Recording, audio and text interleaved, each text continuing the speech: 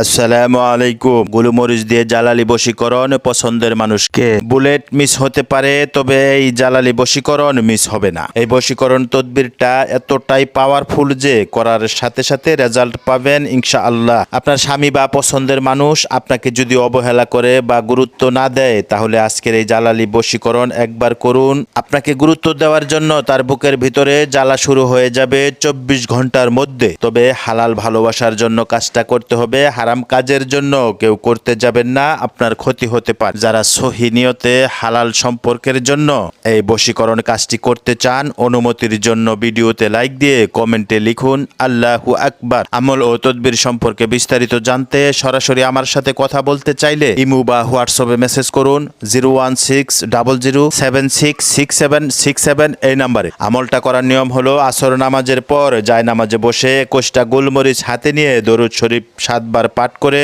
33 বার আস্তাগফিরুল্লাহ, 313 বার ইয়া ওয়াদুদু পাঠ করে, 21 বার গোলমরিচে ফু দিয়ে এক টুকরো কাপড়ে ভালোবাসার মানুষের নাম, তার মায়ের নাম লেখে গোলমরিচগুলো কাপড়ে বেঁধে ডালিম গাছের ডালে ঝুলিয়ে দিবেন। 24 ঘন্টার ভিতরে সফল হবেন ইনশাআল্লাহ।